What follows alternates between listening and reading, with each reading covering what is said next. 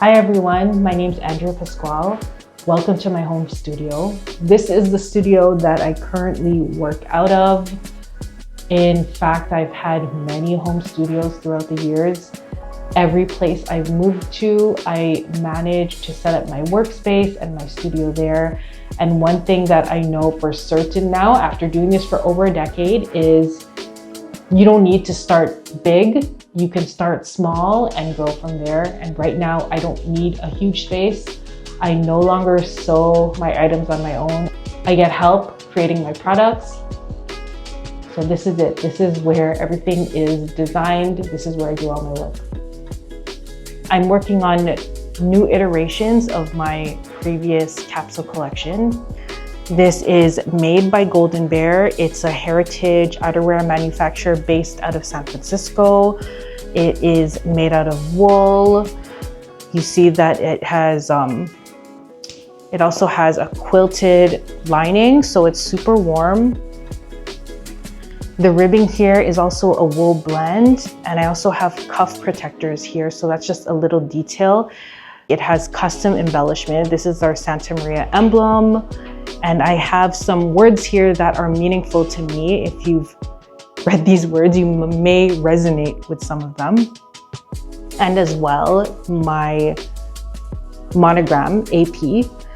So what I'm working on is I'm trying to figure out how to level up this jacket. What is the next iteration? I don't necessarily have to design something new. I believe in improvement. These are my silk scarves made in Italy, 100% silk satin, custom designed by me. If you look closely, you'll see that it has hand-rolled edges, so that's a detail. Next time you look at a silk scarf, look at the edges, because hand-rolled edges are sewn in by hand. This is a sample that has been worn by me.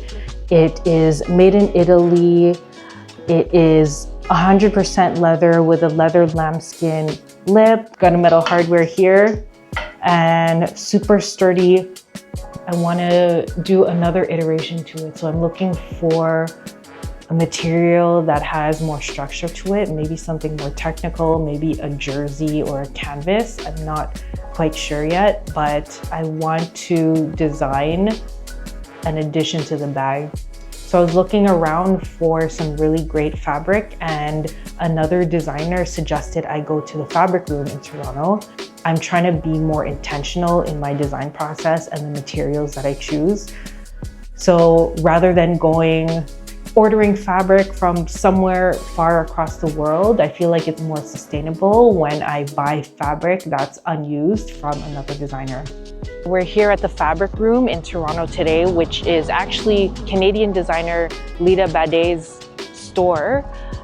I'm taking a look at her fabric. So this is fabric that she used in previous collections, and I'm gonna use that as part of my collection because it's local and I wanna keep the production for these pieces local. I wanna be more sustainable and more circular in my process. That's why I'm sourcing these fabrics instead of sourcing somewhere that will have a greater carbon footprint if I source from overseas.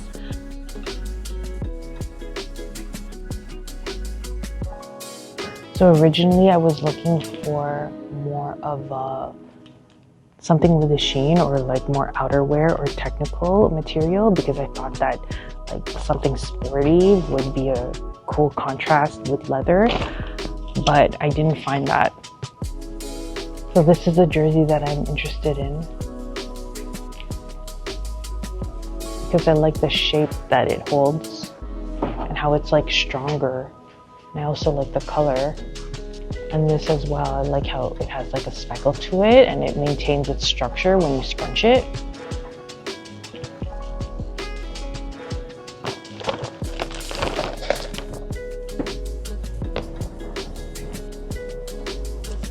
I'm looking for a mirror with possibly a rack attached to it so I can make use of it in multiple ways. I have like just a small section in the pop-up, so I want to see if I could fit storage with display and setup all in one.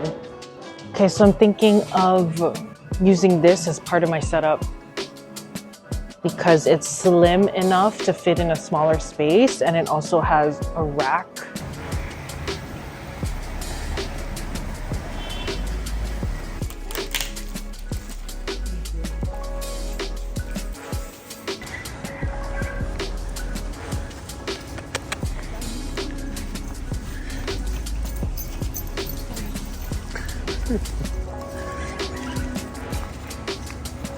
We just picked up these printouts from Print Cloud here on Avenue Road in Toronto. It's going to be part of my pop-up setup. I'm going to sandwich it in between plexiglass. Presentation is super important. One of the things that I really care about is craftsmanship, and that's mostly because I was trained in leatherworking, and when it comes to leatherworking, you can tell if something is made not well.